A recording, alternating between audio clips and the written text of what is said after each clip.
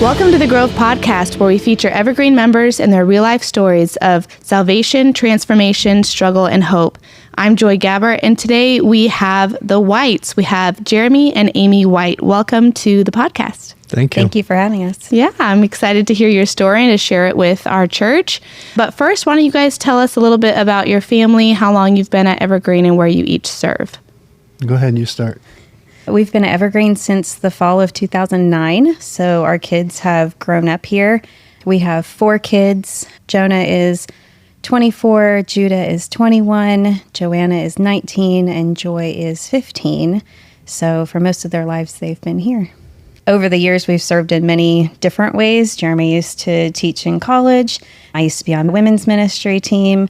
He still teaches for our Sunday school class. I'm a children's leader with Bible Study Fellowship, which is an international program. I often do stuff to support Pure Joy. I've gone on one of their trips, but always involved in the planning and prepping gifts and things like that for the missionaries that attend that. Yeah, our roles change a lot throughout the years because when you have young kids and then older kids, and working for myself, I've gone to most of the camps as they grew up. One summer I was at 5 camps with the kids. Yeah. It's evolved differently. Evergreen used to be about 300 people when we joined, and so it's a little bit different today. Just a little bit bigger, yeah. So I tend to take the roles that nobody else wants to do or where God takes me. When I started teaching Awanas, they said, I don't have anybody, nor does anybody want to teach 6th grade. I said, okay, that's me then. I'll take it. And so we do lead a team to Guatemala now. We've been serving for a long time there. Yeah, and that's where you and I got a little bit more of a connection. Yes. We went on the Guatemala trip. That one was what, October? No, it was November. Yeah. But anyway, I'm excited to hear your story. So why don't we go ahead and start, Amy, with you and your childhood years. Tell us about that. I grew up in the church, but I didn't make it personal until I was about 16.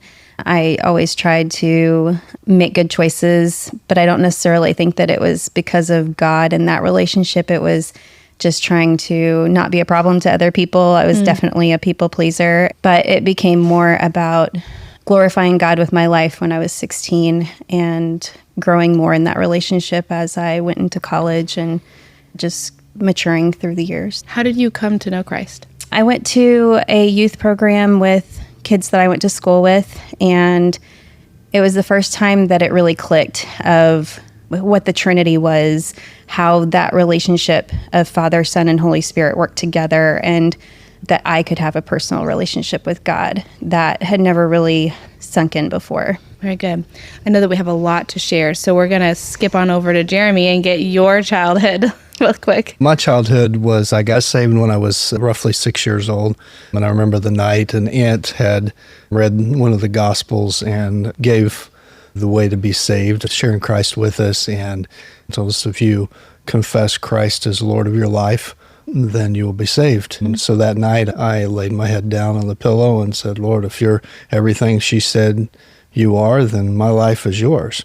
And my life did change that night. And I went through high school and wondering why I looked a little different than everybody else, but realized that my faith was genuine and that I had a faith in the Lord. I'd love to hear about your college years, because that's when you both started getting involved in ministry and just discovering the heart that God gave you for ministry. So why don't you tell us about college years and you guys meeting and what ministries you were involved in?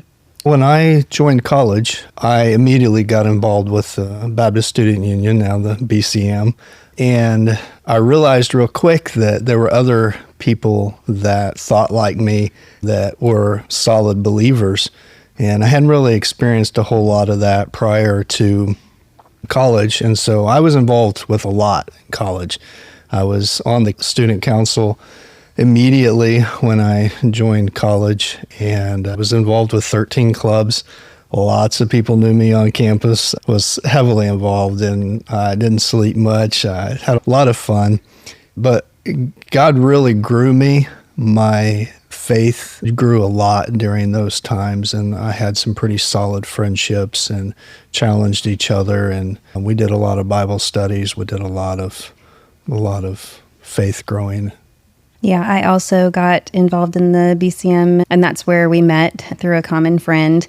I went to his birthday party when he was turning 21, and I didn't really even know him, but I knew other people there. And it was after that it was summertime. And then when we came back in the fall, Jeremy and I and two other friends hung out all the time. That was just our core group. And we served together. We started a ministry called Tag Team Ministries, and we were hosting small youth conferences for churches that maybe couldn't afford to go to larger conferences. And so we would provide classes and did that together, just trying to share the gospel to young kids.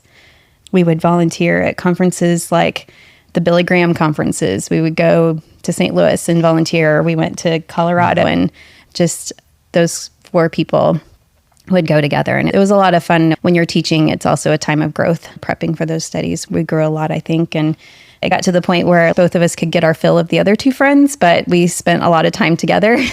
And so that relationship just started to grow into something more than just friendship. Yeah. Yeah. I used to say that I loved college, and college would be a whole lot better if I didn't have to go to class. And I became a college pastor.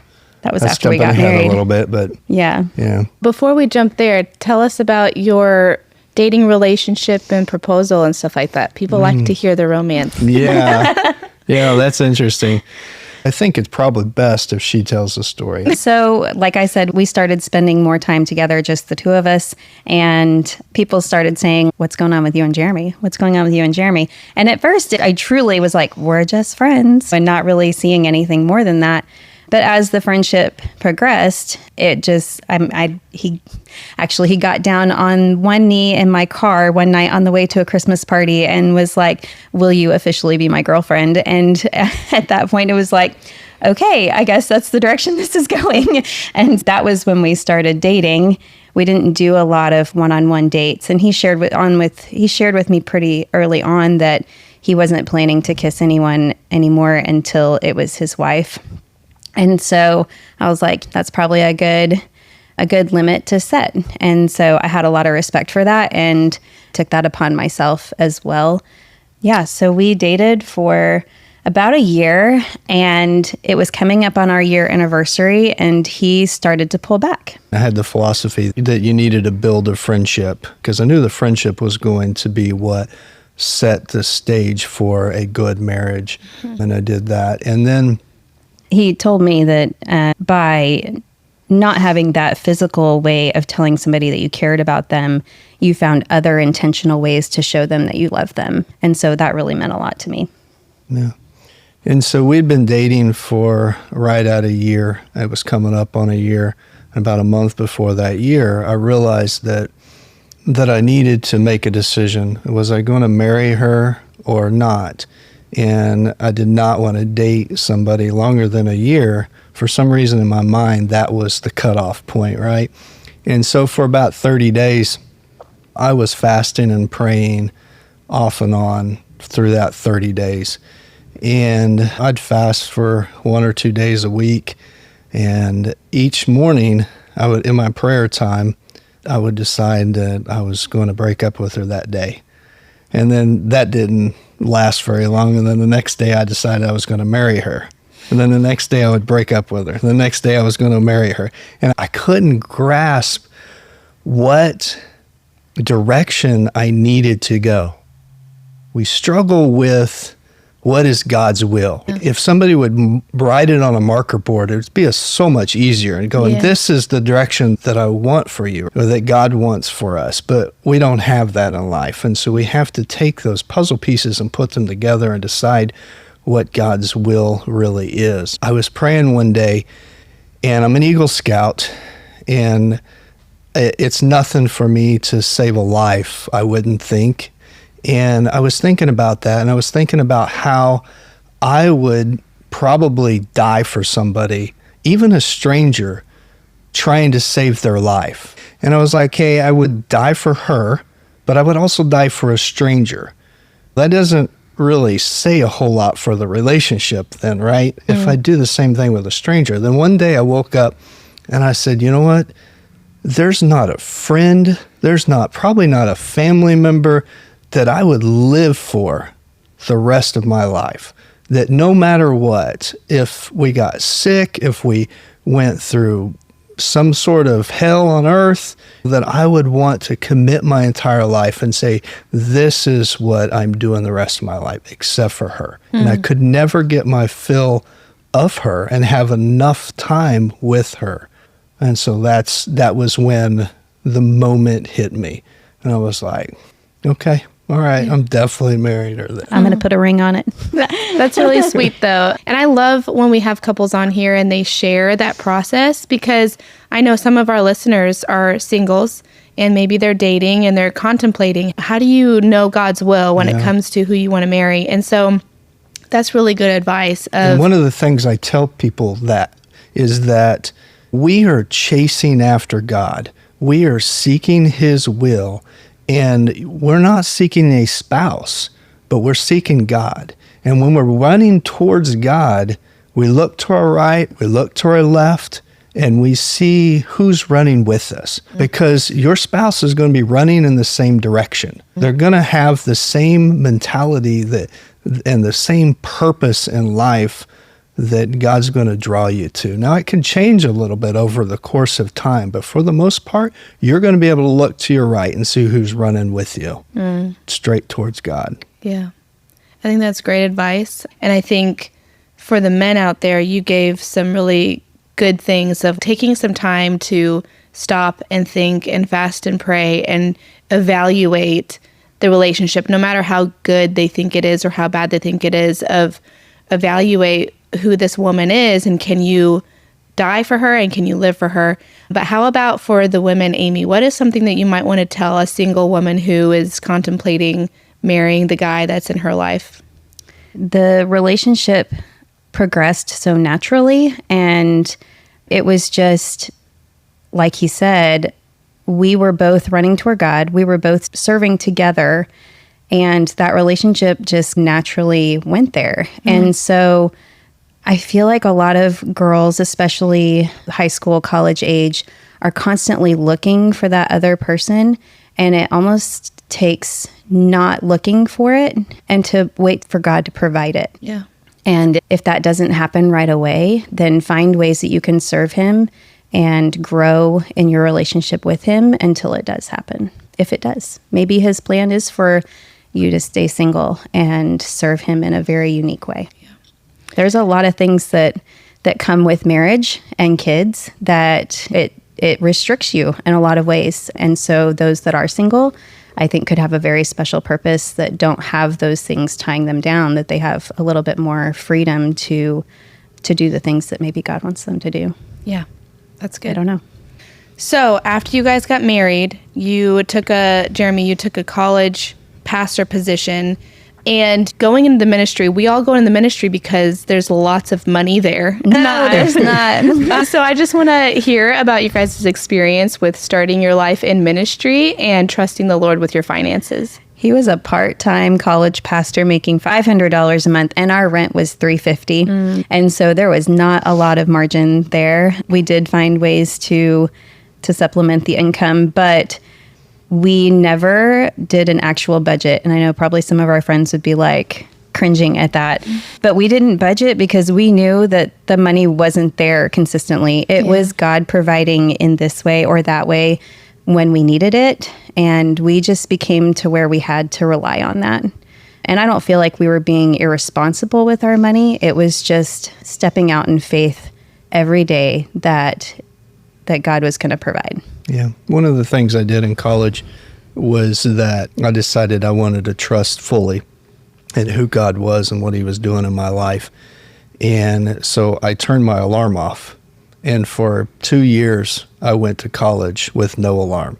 And He woke me up from my classes, woke me up anytime I needed to be up. And I would just pray before I went to bed, and God always woke me up. And I remember one time I woke up and I missed my class and slept right to it. And it was an important class, one of them that you couldn't miss. And I was angry at God. And I was just a whole way, I was running towards class, and I was already 45 minutes late. It was way too late, but I was going to try to apologize to the professor. And I run into the class, ready to apologize to him and try to make it right. And there's only one student in there. And she said, "Didn't you know the class was canceled today?" And I was like, "God, the one time that I sleep through a class, and you let me sleep through a class because you knew that I didn't need to get up. And that's exactly what I was trusting you for. And you provided it, even apart from my bitterness." And so that carried over into our marriage, that carried over into our life, our whole life, all the way up to this point. And so having both of us having a college degree, and we decided to not take jobs, and we decided to do ministry and only make $500 a month. And that was okay. And there was a lot of times where God continued to provide his faithfulness. We had about an $1,100 bill. I don't even remember what the bill was, but it was about $1,100. And we went to bed that night going, and it was due the next day. And we were praying. We prayed in bed together that night and said, "God, would you provide this somehow?" And I was doing extra stuff. I was buying vehicles at the time, fixing them and selling them. And I was having a garage sale every once in a while and buying some stuff to try to make ends meet along with the college stuff. But most of the time we were trying to do ministry, having people in our house all the time. And the next morning, woke up and went to the mailbox, or the next day, and there was an $1,100 check in the mailbox. From who? The IRS, with a letter saying we miscalculated for some reason, and this was an overdue amount that we should have paid you. I have told this story multiple times since then, and not once has ever somebody told me that they got a check from the IRS without asking for it, pleading for it, fighting for it. We didn't fill out a form or anything, and they just randomly sent us a check for almost to the penny what we needed for that day. And I thought right then, God, I just held it up in the air and I looked at it and I was like, God, if you are sovereign over the IRS, you are sovereign over anything. Yeah. That should prove That's to my any God. doubter out there that there is a God, right? That's right. And I know that we struggle through life and going, God, why don't you provide? Why don't you provide? And sometimes he doesn't. But does he have a purpose when he does? And does he have a purpose when he doesn't? And I believe he does. Yeah. I believe he does. You guys got married in what, 2000? December of 2000. Okay. And then pretty quickly in 2001, We found out in March of 2001 that we were pregnant. Okay. And then I graduated in May of 2001. So we joked that we never wanted to see another thank you note because he graduated in December, we got married, and then I got pregnant. And so we had baby showers, and then I graduated. And then, yes, so lots of thank you notes during that season of our life. But yes, we became parents very quickly within that first year of marriage. And yeah, tell me Jeremy about your was, son. our first son was Jonah. And he cried a lot when he was little. Was cranky. But we both enjoyed being parents and were learning together. We were still doing college ministry. And since we were a young married couple, we were reaching out to a lot of couples that were thinking about getting married or recently married. And we just got into some waters that were a little deeper than what we were prepared for. Some couples that were already married, dealing with pretty serious situations. And so we realized that if God wanted us to continue to do family ministry, that we needed to get more training. So we ended up making the decision to move to Louisville, Kentucky, and we both became students at Southern Seminary. And Jonah was about a year old, I think, when we left. So that was the first time that either one of us had lived out of state, away from family. And so that was a challenge, having a new kiddo and going to school full time. Both of us were working full time. So it was a challenging time just because it was so busy, and we wanted to make sure that we had time with Jonah. And then while we were in seminary, Jeremy got sick. He didn't show up to class one day, and he had collapsed on the floor of the professor hall. And I was in class waiting for him, and they came and got me. And I went up, and they didn't really define anything at that point. But later that week, he woke up and he couldn't sit up in bed. He had so much tension in his neck that he couldn't get up. And thankfully, God provided a friend that week. And so he was staying at our house, and he helped me get Jeremy to urgent care. And as soon as we walked in, they were like, nope, you need to go to the ER. This is something probably more serious than what we can handle. Ended up going to the ER, and he was diagnosed with meningitis. And they started all the testing to decide whether it was bacterial or viral, because they had recently lost an EMT that was associated with that hospital from bacterial meningitis. And so they were prepping us that he might not make it, or some very serious situations. And they said that at minimum, it'll be 6 months to a year for you to recover. Wow. Or if it's bacterial, then you'll be dead in 24 hours. Goodness. Oh, thank you. So he was in the hospital in isolation, obviously a very scary time without having family there, but we were very thankful to have the friend there that was very supportive and helped with Jonah. But basically, 24 hours we left and were able to go home with a very big hospital bill that, again, we had to rely on God to take care of because we didn't have insurance. And thankfully, the seminary stepped up, and between negotiations with the hospital and what the seminary provided, we ended up not having to pay anything. Wow. It was fully covered. And so another story of provision from God. Yeah, you're going to see a scarlet thread through our whole story of God's vision and God's sovereignty and the way he lays out our life. We think we have a path in our mind when we get married and when we do things in life, but often God completely changes that. We went to seminary thinking that we were going to do one ministry, and as you see through our story, God had a completely different change in mind. When we went to seminary, we both knew that we probably wouldn't graduate. They were both pretty lengthy programs. I think it was 95 hours for the marriage and family program that we were both enrolled in. And so we tried to focus on classes that we thought God would be able to use in us in ministry, focusing on marriage and family classes. And that proved to be a good plan because we ended up expecting our second son, and he was born in July of 2004, and he was born via C-section. And so there were some complications to where he had to be in the NICU for about a week. And our family was able to come and be there with us. But I think it was during that time that we realized the relationship that Jonah had with our parents, that we wanted Judah to have that relationship with his grandparents also. And so it was soon after Judah was born that we decided to move back to Oklahoma.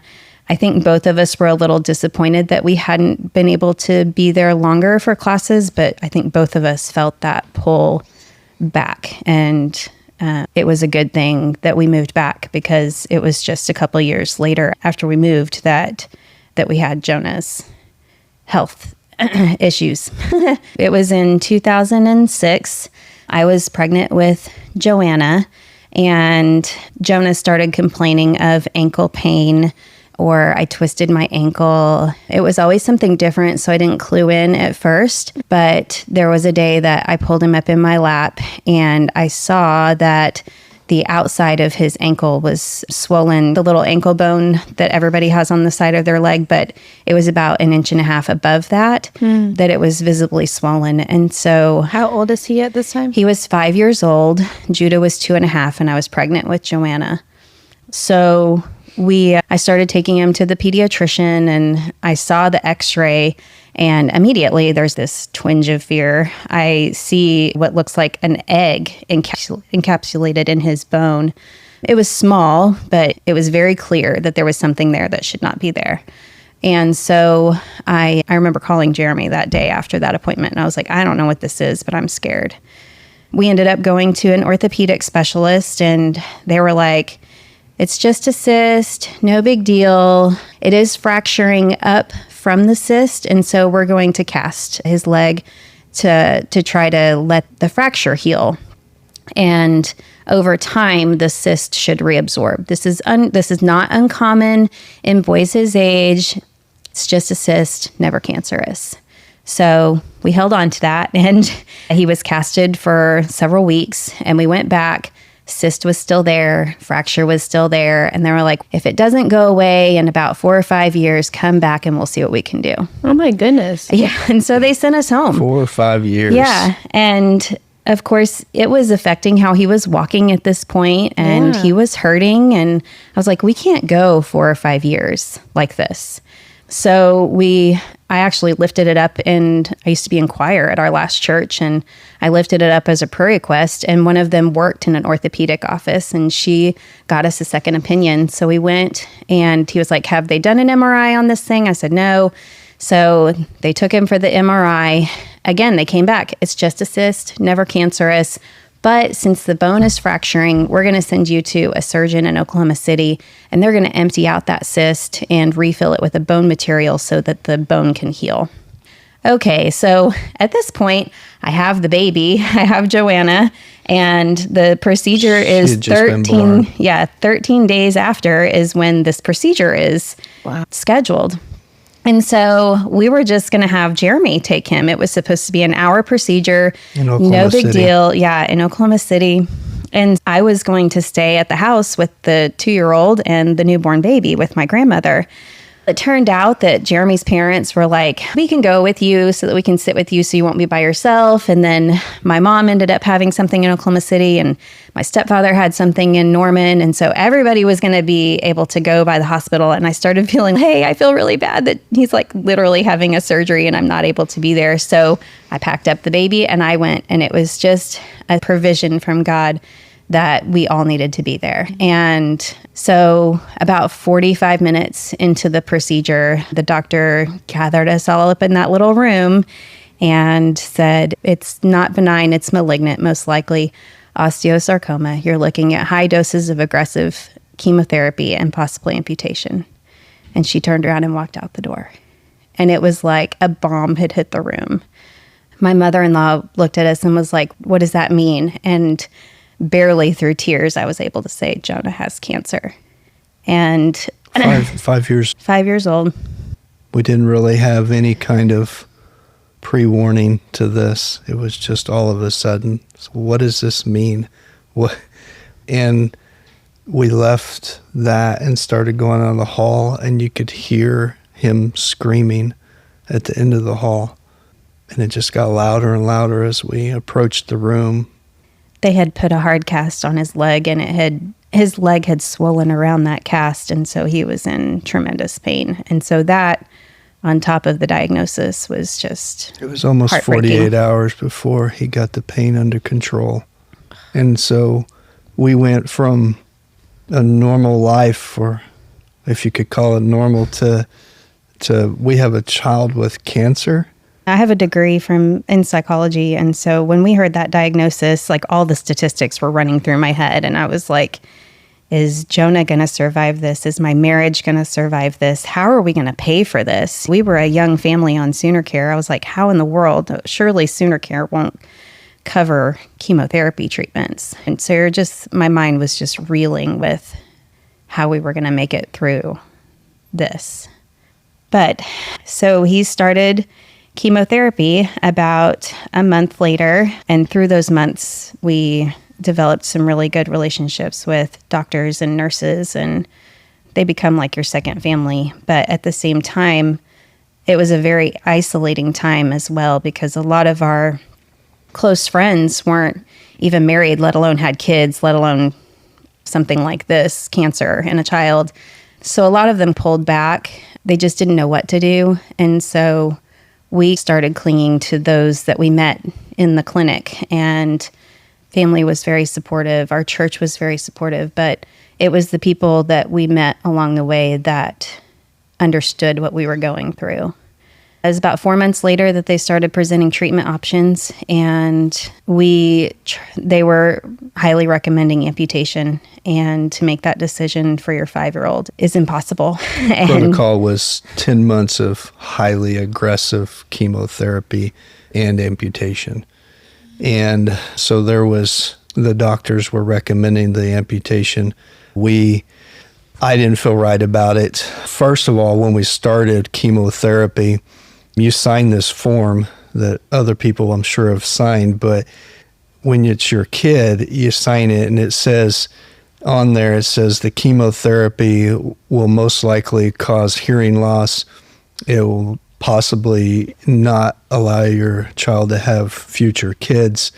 And in rare cases, the chemotherapy can cause death. And I'm staring at this form and I'm going, are you kidding me? After 60, 80 years of chemotherapy, this is the best you've got? And doctor said, yeah, I'm afraid so. Our goal is to get your child to survive, to be able to face these side effects. We just want them to get past the original diagnosis, basically. I was angry. I was mad. I wasn't mad at God. I was just mad at life, a situation. It's just like, how do you sign something like this and allow my son to have poison put into his body at 5 years old? He's so small anyway.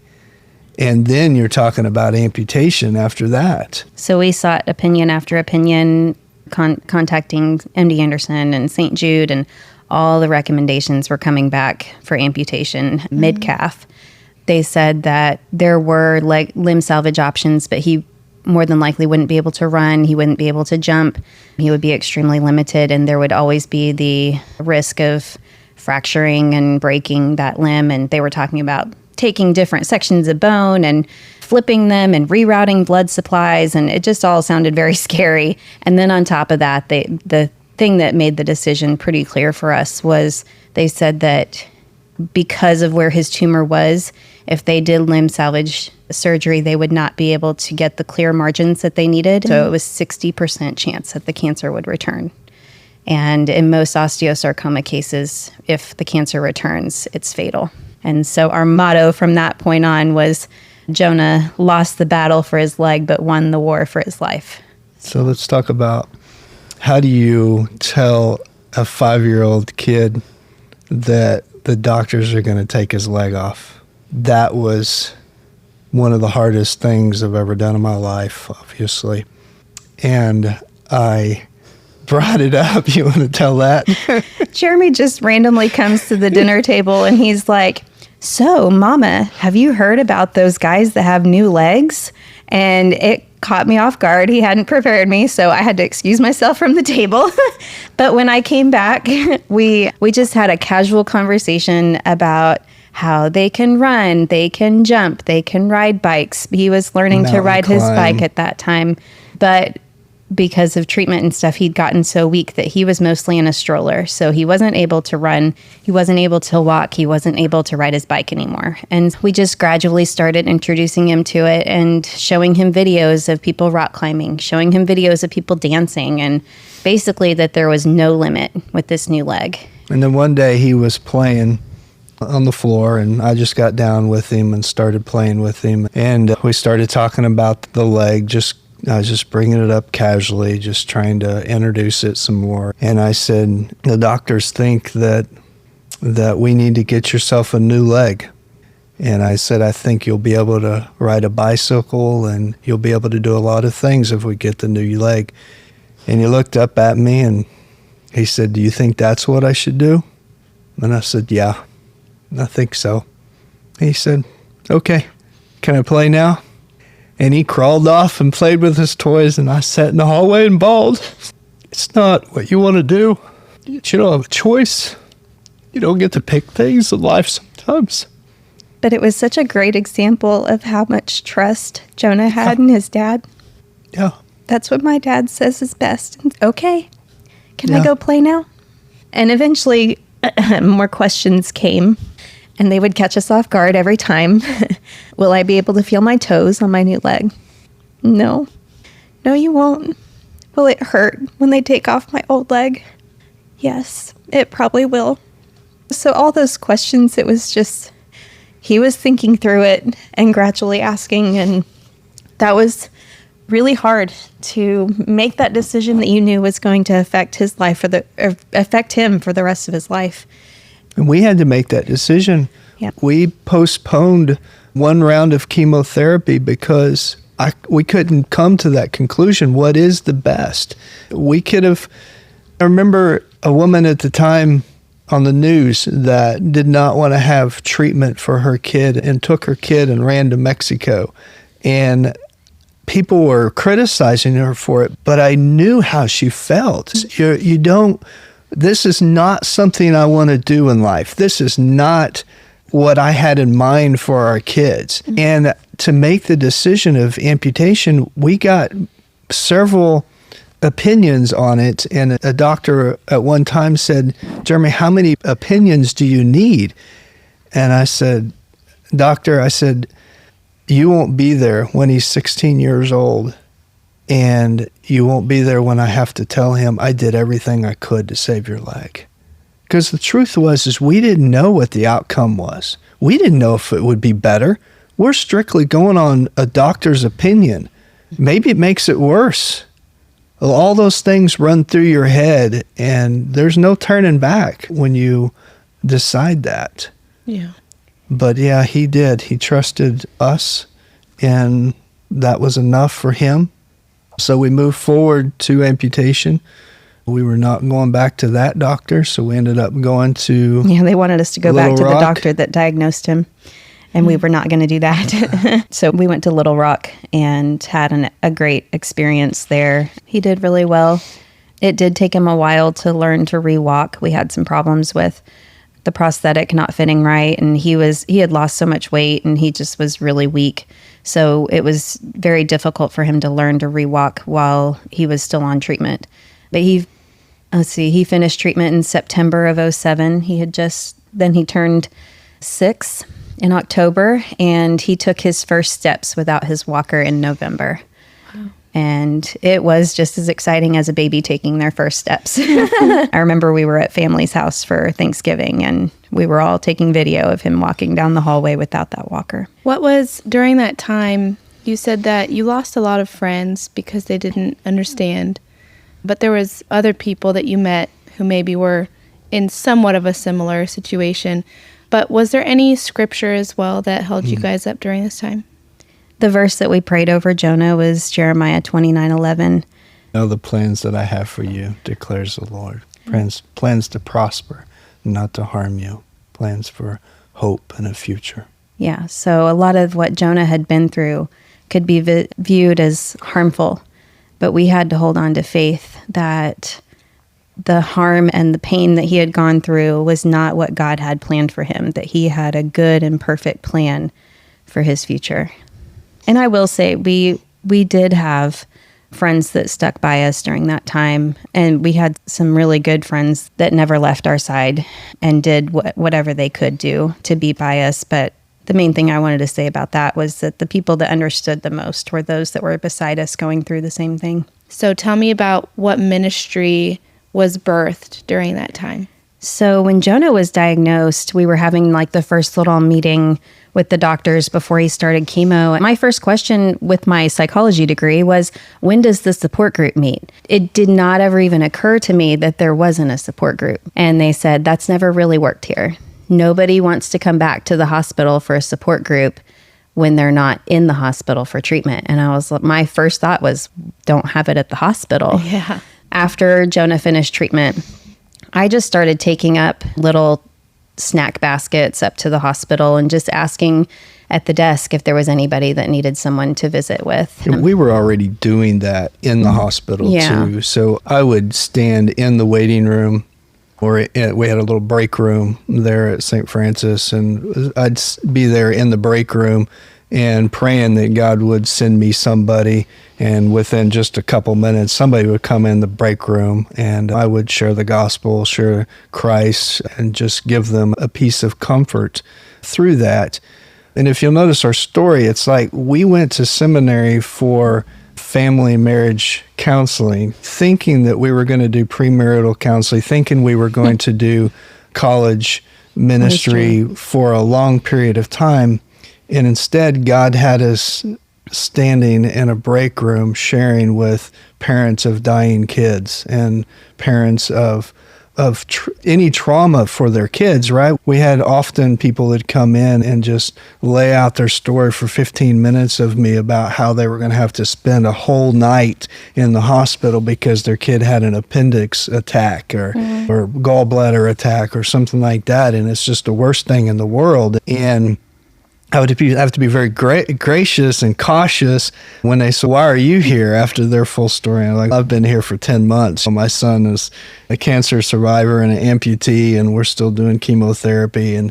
But there's still the pain and the suffering of anything that your child goes through. It's not probably much of anything worse in the world than watching your child suffer and not being able to do anything about it. Whether it's something short-term or long-term. Yeah, I would gladly have laid in the bed and traded places with my child, but that's not the hand that we're dealt. And just trusting in the God's sovereignty and knowing that he has a plan and a purpose, just like doing seminary with a plan in one mind and God saying, "No, I've got something you have no idea what's coming." And there we were. And so we had a heart there in the hospital, and then we had a heart even after we were done. A lot of people check out. They don't want to have anything to do with it, which I completely understand. But we decided to continue that ministry.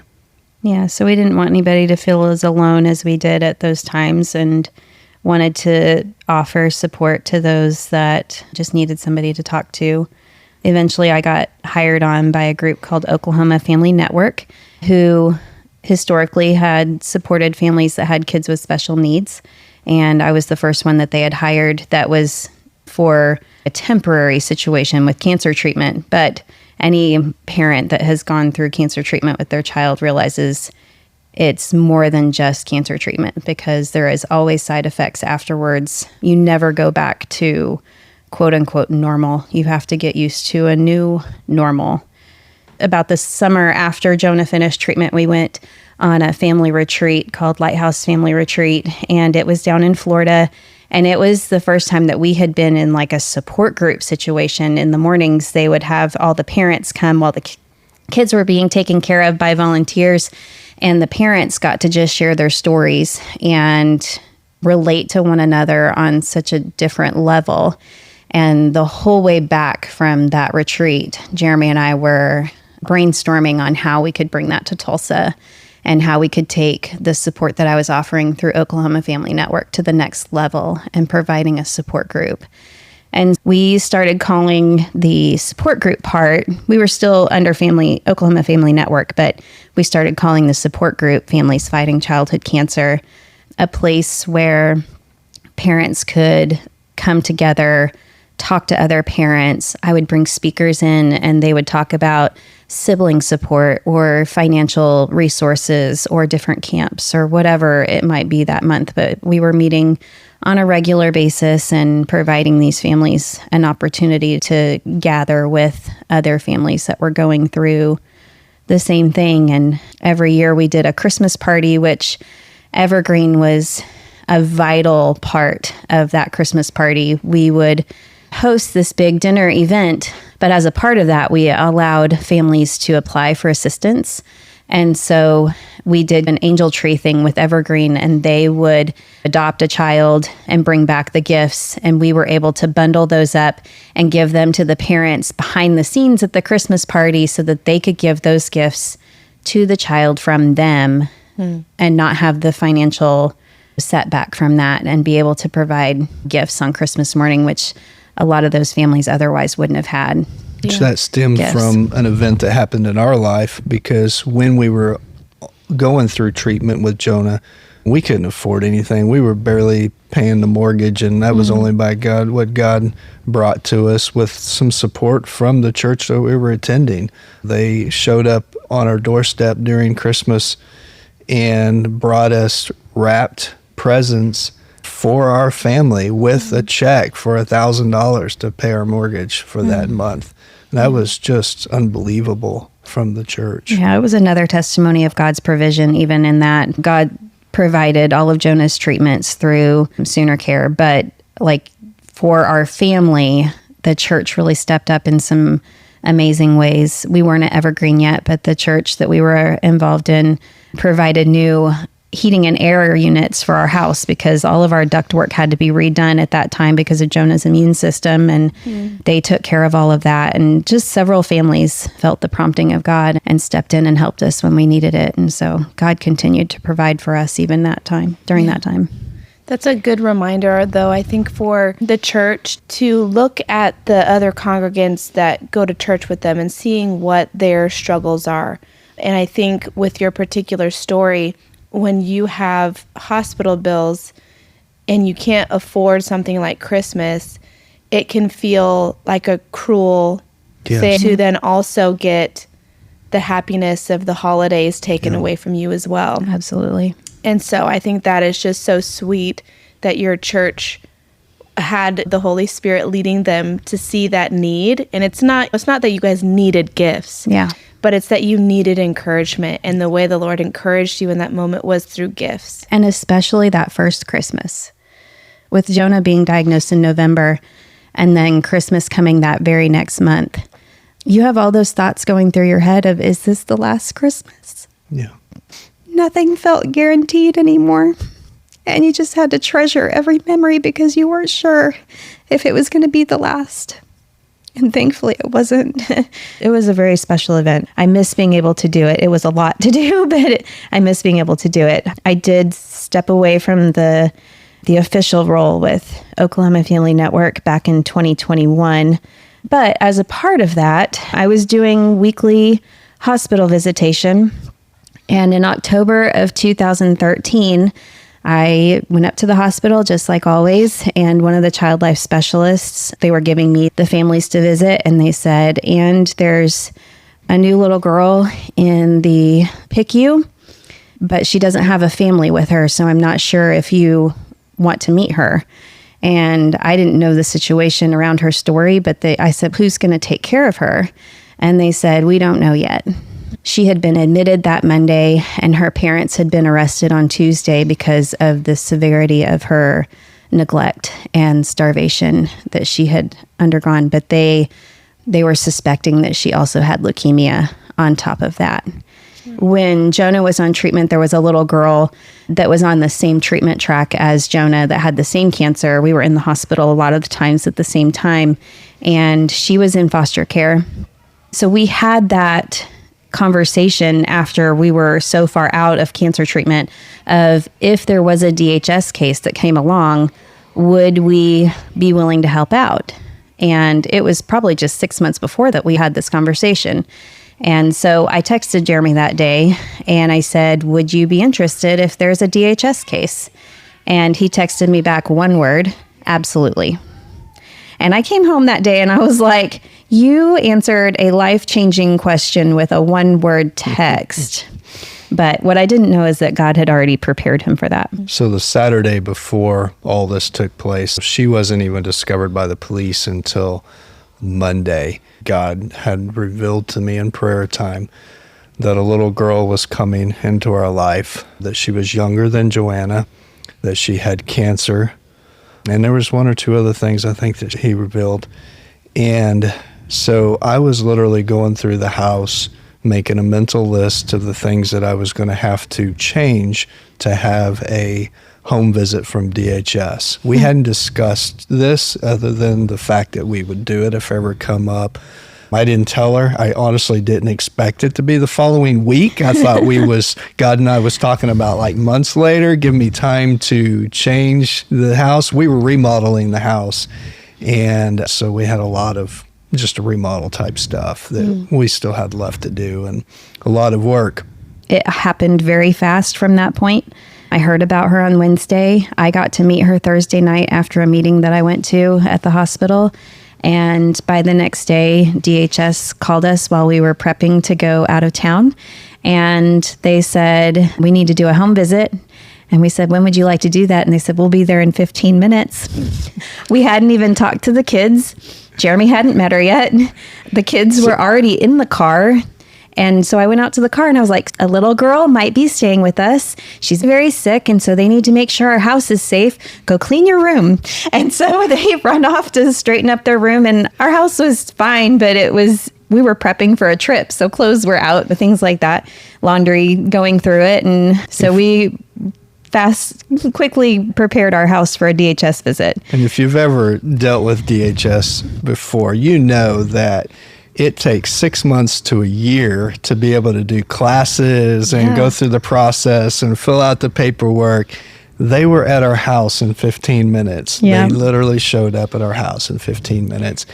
And it was during that meeting that they were saying, we will be looking for a forever family for her. So if at any point you know that's not, you need to let us know as soon as possible so we can identify another family.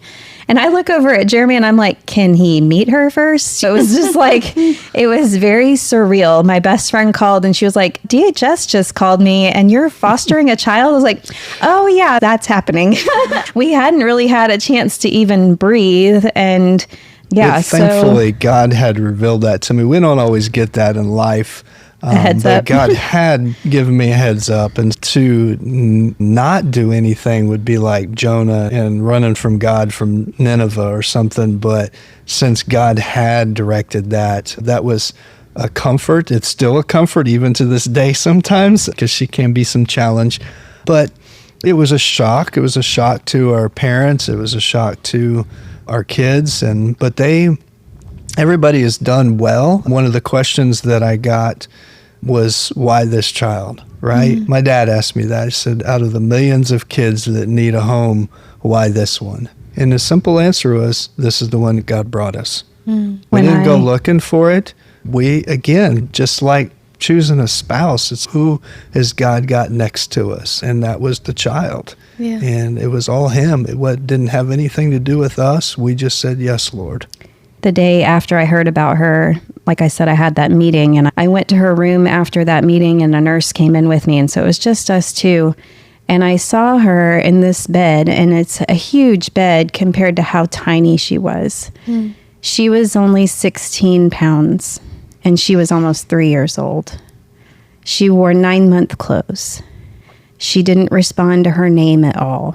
The nurses were calling her Boo because she looked like the little girl from Monsters, Inc. I'd been doing the cancer ministry at that point for 8 years, and I saw one of my little fighters without somebody to fight for her. And I felt it pretty instantly. We joke, I was in a Bible study about boundaries, and I went back to that Bible study. I was like, so I'm literally bringing my work home with me. Is that a problem? But it was so clear to me when I saw her, I felt like she was ours. And when I took Jeremy that next day and we both spent time with her, I have pictures that you can see that the bond is already there. That he was going to be her dad and I was going to be her mom and we were going to take care of her. That weekend, we still went to Branson and we talked to the kids and we talked to his parents, and we raced back on Sunday to get back before the end of visiting hours. And I was there with Joy, and the nurse that took care of her that whole weekend was one of Jonah's nurses that had taken care of him. So we were texting back and forth, and that night she looked at me and she said, Amy, I feel like I have to tell you this as a friend. She said, I know you had a good outcome with Jonah's battle with cancer, but we are not guaranteed that in this situation. And I looked at her and I said, I really appreciate you saying that, but I feel like it's been very evident that we are meant to be her family for as long as she's here. And I have to say that in the back of my head, there was a little piece of me that wondered if this would give me a taste of what a parent goes through to lose a child, because that was a part of my ministry that I couldn't really relate to. And it frustrated me because there wasn't anything I could do to make that better. There wasn't any amount of groceries or fundraising or whatever that would take away the pain of a loss of a child. And so I wondered if bringing this child into my life was going to give me a glimpse of what that felt like. But thankfully, it didn't go that direction. She was a very sick little girl. She coded twice the first night she was in the hospital, and she did have leukemia. So we weren't sure what damage that did to her brain or what kind of delays there would be from the neglect and the starvation. We just weren't sure really what to expect, but it was very clear that God had brought her into our family for however much time she had. But she's alive and doing well. Yep. And we named her Joy because she has the personality of a joy. It became like even just those first few weeks in the hospital, every time nurses came in, once her little personality started, at first she was reserved and she didn't want to hold anything but your finger.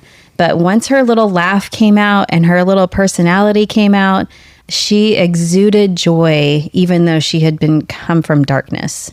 It was contagious. It made everybody in the room smile. And all of our kids are Bible J names: Jonah, Judah, Joanna. We wanted another Bible J name to make her a part of our family. And Joy was the only name that we could come up with that really it suited her. And even still to this day, people are like, you couldn't have named her a better name. We're like, yeah, she fits that name. And if any of y'all have met her, you've probably experienced the joy. She's sassy too. She is sassy. That has come out a lot since she's been a teenager. But she was on treatment for 2 years. We met her in October of 13. The adoption wasn't final until November of 14. And then she still had another whole year of treatment, and so she finished in December of 15. Her treatment was a different card than Jonah's. Jonah was in the hospital for long stints of time, and the chemotherapies were super intense. And then, of course, the decision to amputate is unlike any other. And we spent more days in the hospital or almost more days in the hospital than out with Jonah. It sure felt like that for the 10 months. But then Joy's was 2 years long.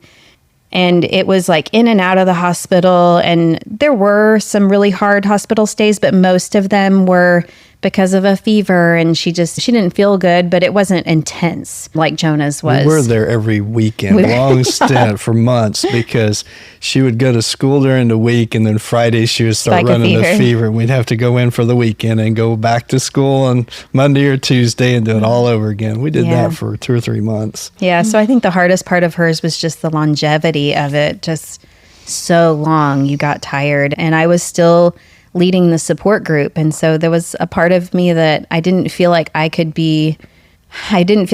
rely on anybody else because I was quote unquote the leader. And so it still had a different kind of isolating feeling, but there were some that I felt like I could talk to and share with and that supported us. We had to do a lot of stuff at home too. We had to do chemo at home and IV, things like that. Now with Joy having been severely neglected when she was brought to the hospital, what is her diagnosis? Because she has cancer. Does she still have cancer or is she in remission? No, she had leukemia, and leukemia is the most common type of childhood cancer, and it generally has a good cure rate. The reason the nurse warned me was because of all her other contributing factors. She wasn't sure if her body was going to be strong enough to combat it. So with leukemia, what they do is they basically shock the system into reproducing the blood cells correctly, and then you're on a long-term maintenance plan that's like trying to get the blood to reproduce correctly. So she hit remission in the first 29 days, which is ideal. Oh, wow. But then she was on maintenance treatment for the 2 years. So it was very long, but she hasn't had any recurrence. Neither has Jonah. Both of them have been healthy other than that. Joy does have significant special needs. She's 15. Developmentally, she's more like a 7 or 8-year-old. She was recently officially diagnosed with autism, ADHD, intellectual disabilities, which we knew already, and childhood trauma from her past. So we're, even now, several years later, we're still navigating the special needs world and learning how to help her grow and develop and be as independent as possible. She has a pretty low IQ, and so from a doctor's standpoint, they tell us that she probably won't ever live independently. But that is something that's part of her life goals. And so we're trying to look into resources to see what kind of resources we can put in place to It's help our her life be goal too. help her be as independent as possible. Yeah. Whether that looks like something on our property or a group living situation, I don't know. But if that's a goal of hers, I want to try to help her reach it. During this time, you had already joined Evergreen in 2009. Yes. And so how was it walking through these things from a church standpoint? How did Evergreen come alongside you during these difficult times? When Jonah was sick, we were able to be a little bit more vocal. We didn't specifically reach out for help. Like I said, God provided a lot through that church. With Joy, it was a little bit different because we had to keep everything pretty private. Her story was in the media, and we were trying to keep things close-knit as possible.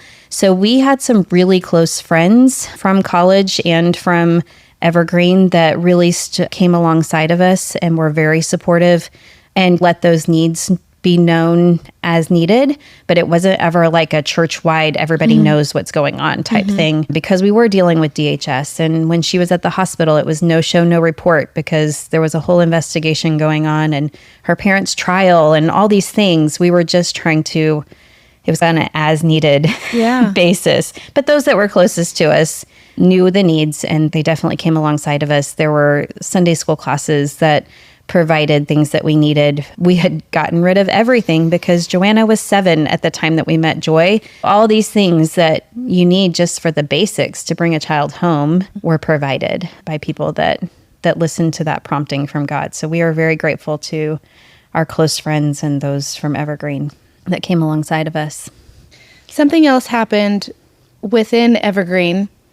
Somebody visited the church to talk about childhood cancer in a different country because you guys didn't have enough on your plate. Yes. So, Jeremy, Yes. why don't you tell us about that? One of the reasons that we originally wanted to go to seminary was to do missions. And we had actually talked about doing the 2-and-2 program with the Southern Baptist IMB. And God didn't take us down that path. Didn't really understand why he even brought us back to Oklahoma or anything until Jonah was diagnosed, and we were able to do this ministry that, frankly, nobody else could do unless you're trained by God and through those ways. In that, I was doing Awanas, teaching at Awanas, and somebody came into the Awanas class and said, "Hey, did you know that somebody's talking about childhood cancer in the auditorium?" And I was like, "No." And so I went, as soon as I got done teaching my class, I went and stuck my head in there in the break, and sure enough, there's this guy named Mike Clark who had started a children's home in Guatemala. And I stuck my head in there just in the right time for God, for me to hear him say that we're building a 3-story hospital, is what he called it at the time, 3-story hospital for children with cancer and dialysis. And I was like, okay, that's interesting. So I went back to the class and I texted Amy and said, "Hey, you need to come up here and see what this guy has to say." So she came up there to listen to him. And he's talking about a children's home that at that time had about 450 kids there. And they were building a 3-story building. He made the comment that here, cancer treatments are available and dialysis is available. But in Guatemala, when a child gets a cancer diagnosis, if that family can't afford treatment, that child's just sent home. And in most cases, childhood cancer is treatable. Yes, there's long-term side effects and things like that, and not all of them are long-term successes. But in most cases, a child can be treated and live a long life. And the thought of a child just being sent home to die hit me to my core. I had been to Kenya and up in the mountains in Nyeri, Kenya, just a few years before that, and I seen a child there that was probably about 12 or 13 years old, but mentally he was only about 6 or 7, had a huge tumor on the side of his head. And I quizzed the people there about it, and they said, no, he'll never get medical treatment, and the parents and the community believe that he's demon-possessed because he can't walk and he's got this big tumor on the side of his head. And I just thought, what right does my son have to get maybe $1 million worth of chemotherapy and everything, and yet this child will be dead in 6 weeks. And I have no doubt that today he's not here on earth anymore. And so the idea of a child suffering, and when there is medication and not being able to allow to have that, it just broke our hearts thinking about that. But also, I had for a long time wanted my family to be involved with missions on a long-term basis. I wanted to plant our feet as a family into missions. Been on lots of short-term trips, and they're great, but you don't have that long-term connection. You go for a week and you come back home. Yeah. And it does change you, but you don't have those long-term relationships to where you can really make a difference on a heart level. And so having the heart for missions and having the heart for my family to be established in missions, it really piqued our interest. So Mike and Christy Pinion planned a trip shortly after he had spoke. And of course, I was on the trip. Sign me up. And I went down there and we did construction. And we were supposed to do the electrical and plumbing on the hospital. And when we got down there, they only had one layer of cinder blocks around this 3-story building. We weren't going to do much electrical in there. I have electrical background, so that's what I was going to do. So we ended up demoing a building there and doing all the electrical in an American dorm for us to stay in. And then we came back 4 months later to do the electrical again. It still was not ready for us at that time, but we did a lot of other work. And we stayed in the dorm that we had done the electrical in prior to that. So that was a pretty neat experience. But the first time that I went with the expectation of just finding out what is going on here, how can I be involved in, and praying that my family would be involved for a long time. We played with the kids in the evening some, but mostly just working. And so when we went back 4 months later, He took Jonah with him. Yeah, I took Jonah with me. And I was like, we're going to plug our family into this. And Jonah being a cancer survivor, I wanted him to be able to experience third world country, but also just the dynamics of children that are suffering. He was about 14 years old at the time, I think. So when I went back that trip, I went back looking for a sponsor child. At Casa Alleluia is the name of it. You can sponsor a child and you can pay for their living expenses, and you can get to know them. You can write letters to them. You can go visit them. You can take them Christmas presents or birthday gifts or anything like that. We're a strong advocate of that today. And so I went with the prayer going, God, would you give me a sponsored child?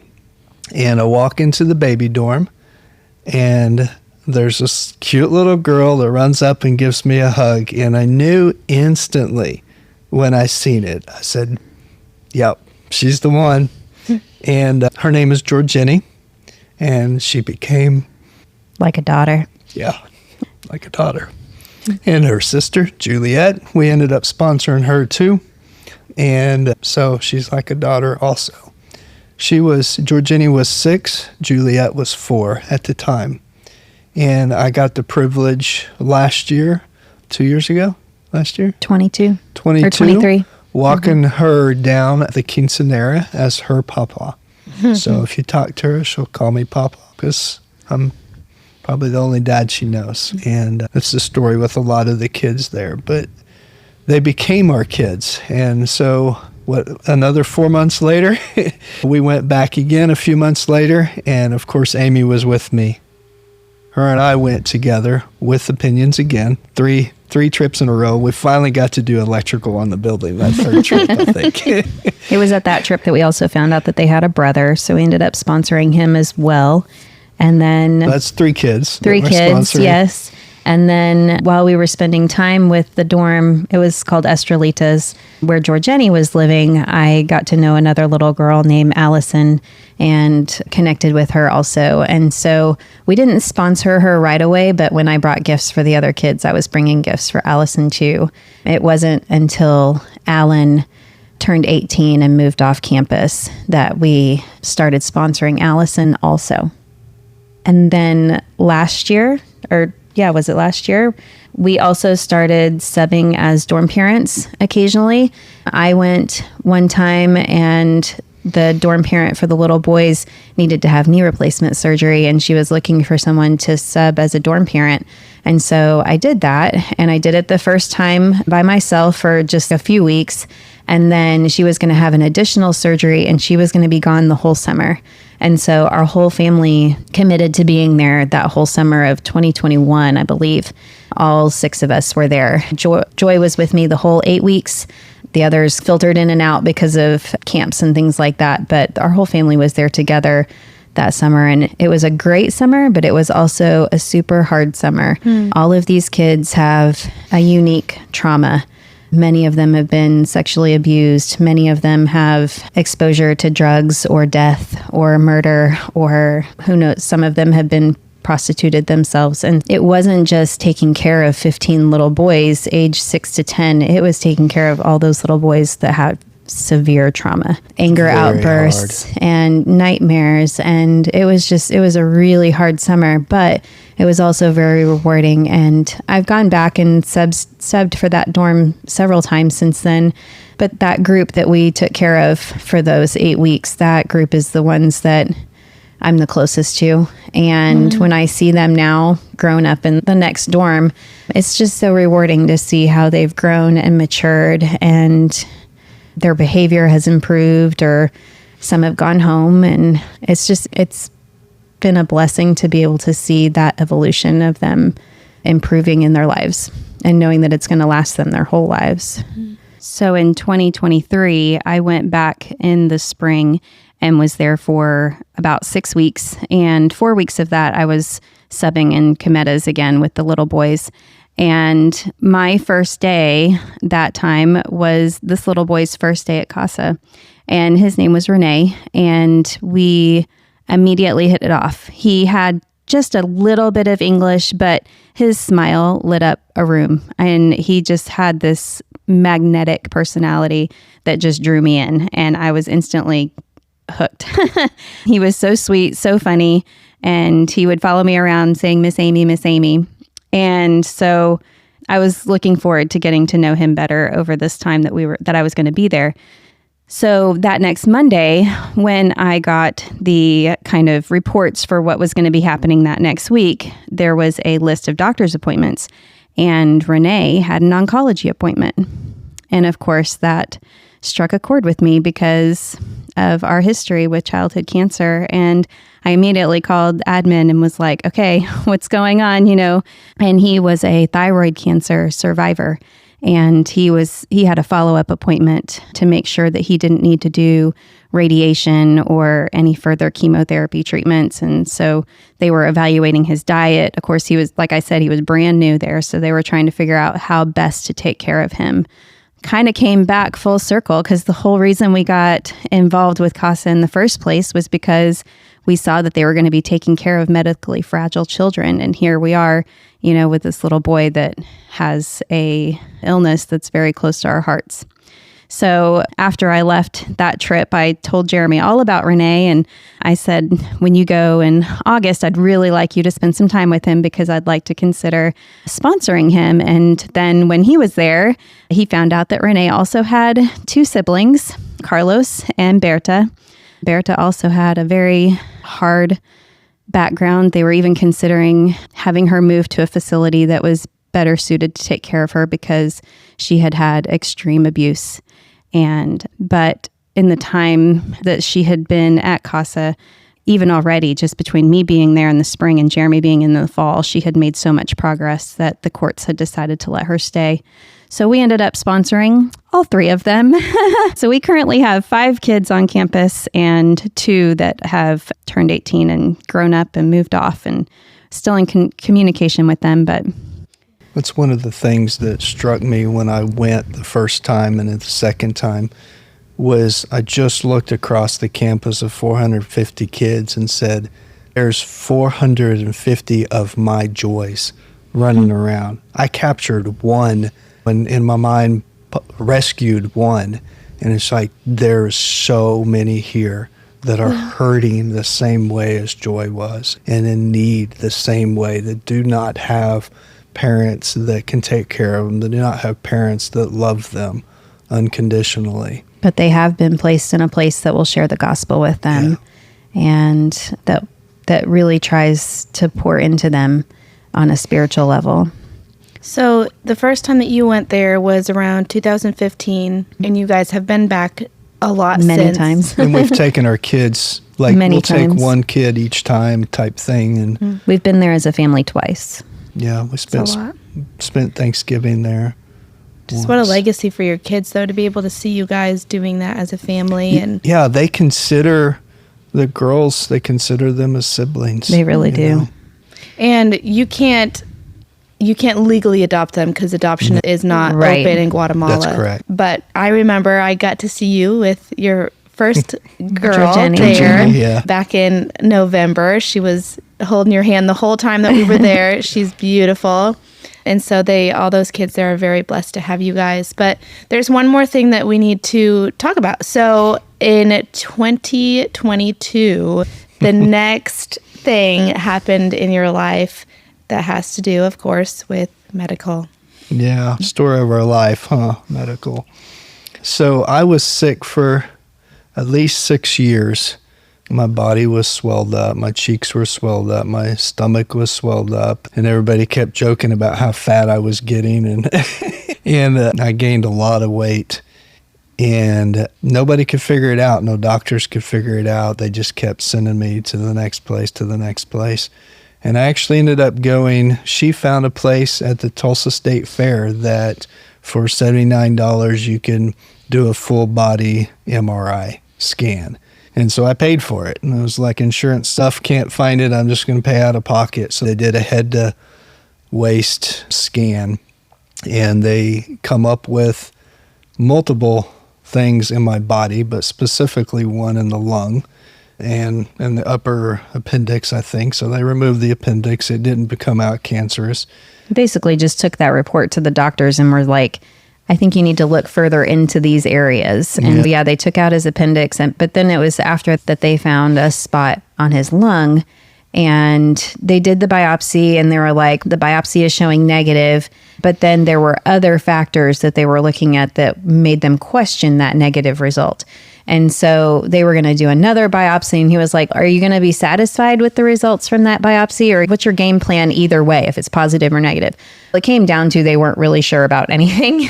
And so we ended up making the decision to just go ahead and remove whatever this was. Of course, with our experience, we're not really trusting doctors at this point. We weren't naive to think that it can't be cancer.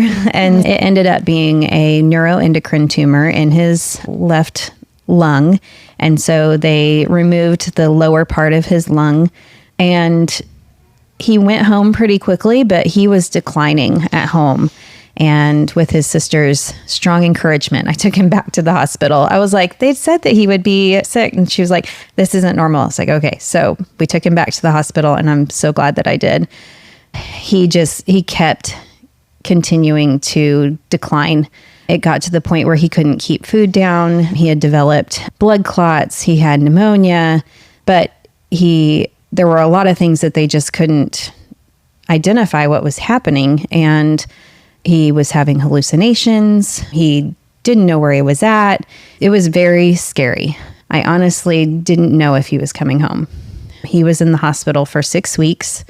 And it was just that last week, they had somebody that did a cortisol test, and it came back that he had basically no cortisol. We didn't understand all of this at that time, but what ended up happening was all of his symptoms leading up to this was because of an overproduction of cortisol that the tumor was causing. But then whenever they removed the tumor, his body had become dependent on the tumor and wasn't producing cortisol at all. Wow. And so cortisol is what helps your body cope with physical stress. And so after that tumor was removed and his adrenal system had shut down, he had no natural hormones that were helping his body cope with all that stress. And so that's why he had spiraled downward fast and so intense. And that weekend, they started him on supplemental steroids, and he bounced back. By that weekend, he was walking down the hallways, and within a few days he was able to go home. But it was at that point that we were trying to jumpstart his adrenal system. So they were trying different things with the steroids and nothing was working. His system just wasn't kicking back in. And they kept saying it might take 6 months and it might take 1 year, and a year would come. It might take 18 months, and it wasn't restarting. And so he was on steroids for a long time. 3 years. Yeah, just up until this last summer, he finally had a normal cortisol test that came back. And so he was able to stop the supplemental steroids. But because of the several years of the overproduction of cortisol, and then on top of that, the consistent steroids that we were using to supplement, it's wreaked havoc on his bones. Several years ago, they said he had the bones of an 80-year-old, and now we can look at pictures and it's dramatically worse than then. The year before I finally got diagnosed, I fell down a flight of steps, broke my back. I broke my ribs multiple times because of my bone density, which I didn't realize that at the time. And it was all tied together. A lot of stuff, and I just couldn't. I could do anything. I could lean over the center console of my truck, and I broke a rib doing that. It wasn't much of anything to do that, so I had to be really careful. And up until just a few months ago, it started getting better, and so I still have. If you look at my X-ray, I'm literally missing almost a third of my bones. If you look at the X-rays, literally big gaps gone in my bones. But laying in the hospital for 6 weeks, you get to do a lot of thinking. I didn't know if when I closed my eyes and went to sleep, I honestly did not know which side of heaven I was waking up. Similar to meningitis. If I was waking up here or if I was waking up before the Lord. And that does a lot for your thought process, to say the least. And I just thought, man, all that I've done in life, it just boils down to this. And then it's just gone. It's just gone. And I have to leave my kids, not growing up yet. And how are they going to deal with things? But for the most part, I was pretty delirious. I did, like she said, I had hallucinations. There was sometimes I didn't even know where I was at. I texted my life group at one point in time, apparently, and told them that I was pretty sure that I had been kidnapped and I was in a third world country being held in some sort of cell. And I tried to describe the cell so that they could come and find me. Yep. There was times that he thought he had ants crawling all over his body. And he got mad at me at first. He was like, "You don't see the ants?" And I was like, "No, Jeremy, there are no ants." And he goes, "I'm going to believe you because you say there's no ants." I was like, there's no ants. It seemed like the times that he was... That took me back to with Jonah and just knowing truth in life. And when you go through issues, you go through problems, you rely on that truth that to be true before you get into that point. And I knew her to be true. And so I could say that. I say, okay, whatever you say, I know is not going to be a lie. If you say there's no ants, there's no ants. But in my eyes, in my head, I am seeing the ants. People used to ask me that a lot. They'll ask us that. So I don't know how you can do it with Jonah going through cancer. The first answer is, what are you going to do? Run? And some people do. Some people check out and they say, "Oh, I didn't sign up for this." The reality is that you cling to God or you're bitter angry at God. There's almost zero atheists at St. Francis Hospital with a child with cancer because you're either bitter and angry or you're clinging to God.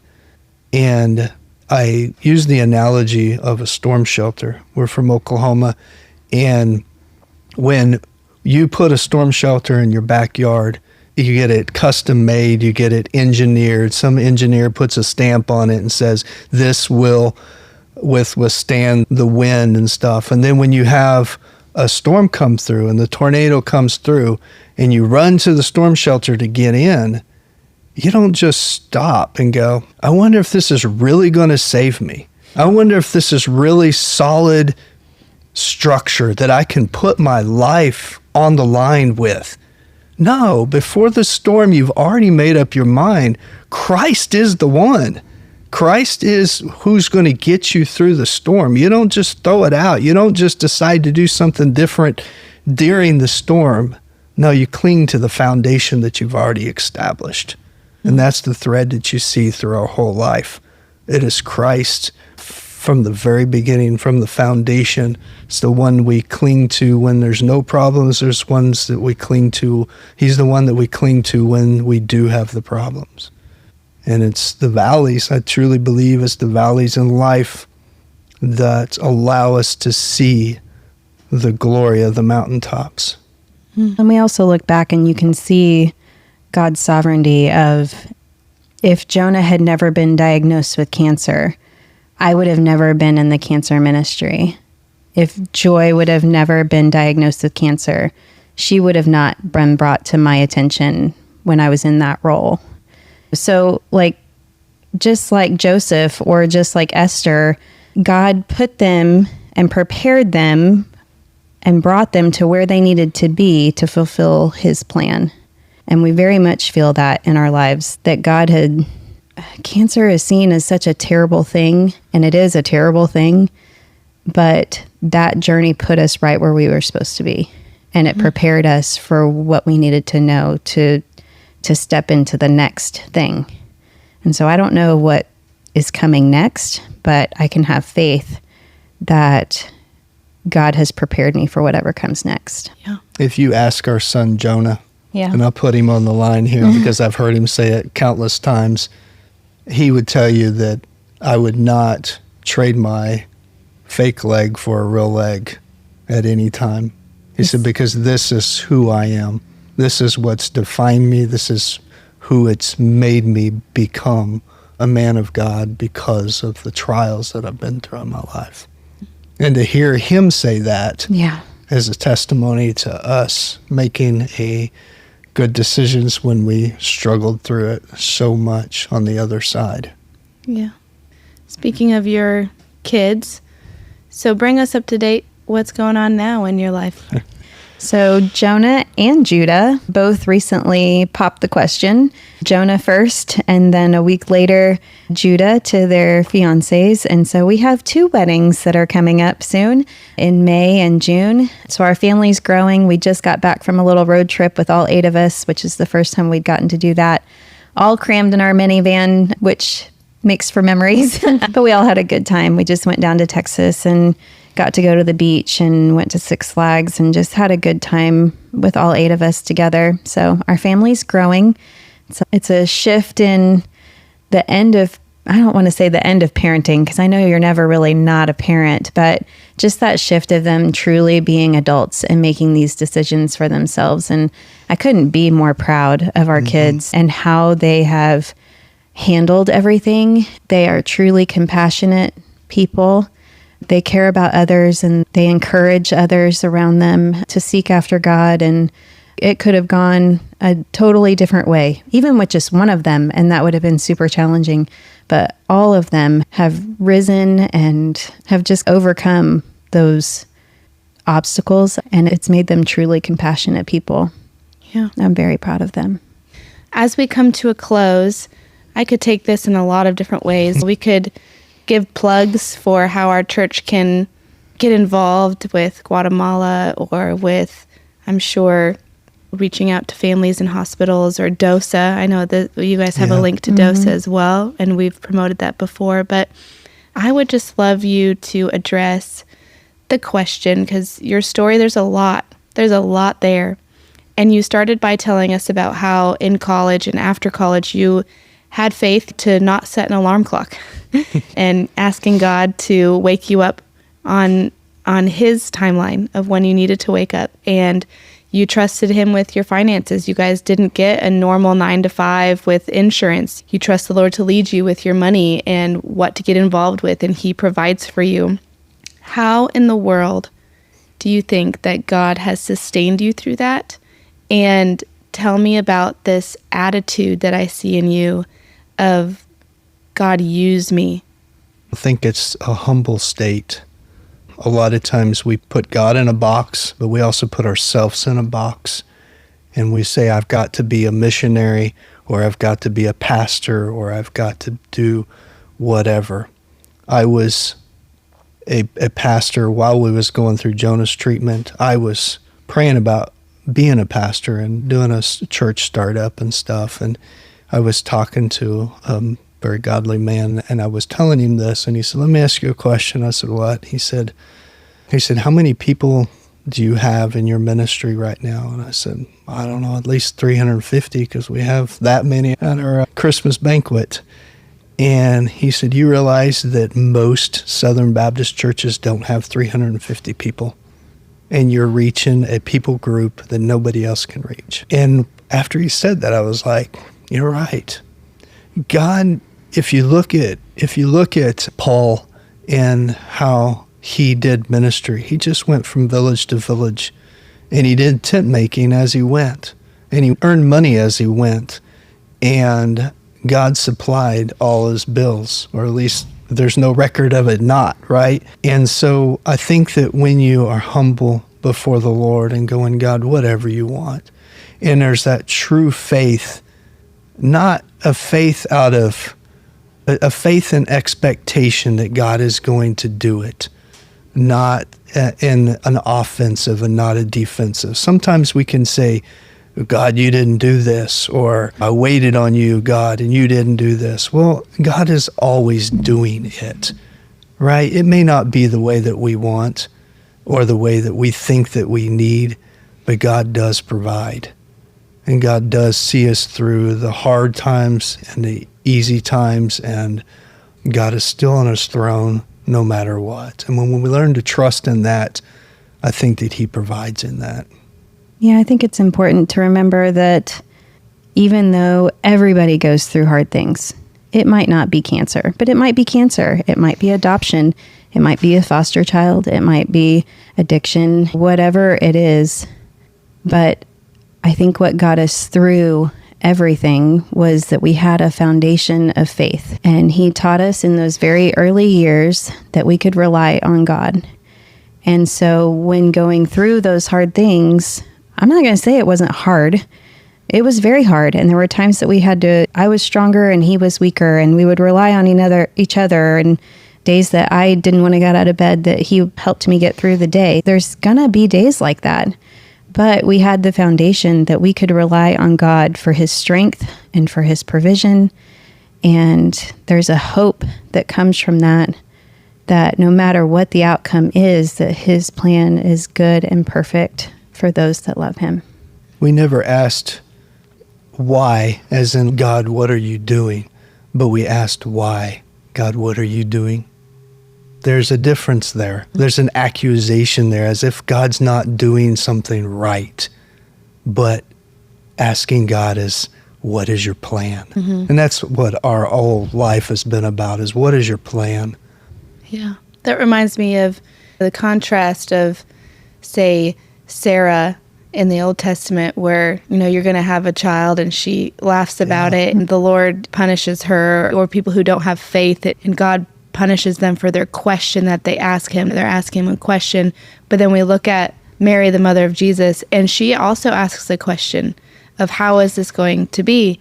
And there, her question was very different, because she, like you said, is just wondering, like, the day in and day out, like, how is that going to happen? Mm-hmm. Willing to do it, but is there more information for me? And so to have that attitude of, instead of, why God, this is silly, or I'm angry, but curiosity of, how can you use me, Lord, through this situation? Yeah. If you think about it, maybe most of the main characters in the Bible go through hard times. Look at Joseph. Mm-hmm. It's like all these things that they go through to get them to a point.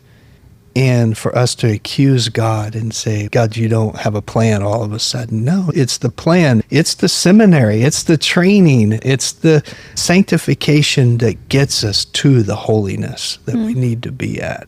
If there's somebody listening today who they find themselves with just life-altering news, diagnosis for a child or a diagnosis from themselves, and they're listening to your story, what is it that you might want to say to that person? God is good, and he's a loving Father who wants to support you through whatever it is that you're going through. And he has a good and perfect plan, just like we said. But he's also a compassionate God that sees you. He sees your pain. Yeah. And if you'll let him, he'll provide the strength and he'll provide the people around you to get through whatever you're facing. Yeah. Find a quiet place, find the Word of God, and let him wrap his arms around you, comfort you, hold you, and find that peace and that grace that we have found being held in his arms by his grace.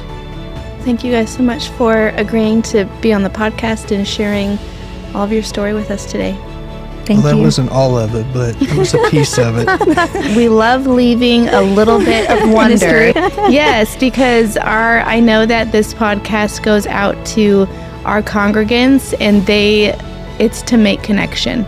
And so if they have heard anything that sits with them in your story, they can reach out and hear the little bits that you didn't share Yeah. and get to know you more. And I know that you guys would love that. Yeah. Thanks for having us. Thank you for tuning in to today's episode. If you would like more information about our church, please visit our website at evergreenbc.org.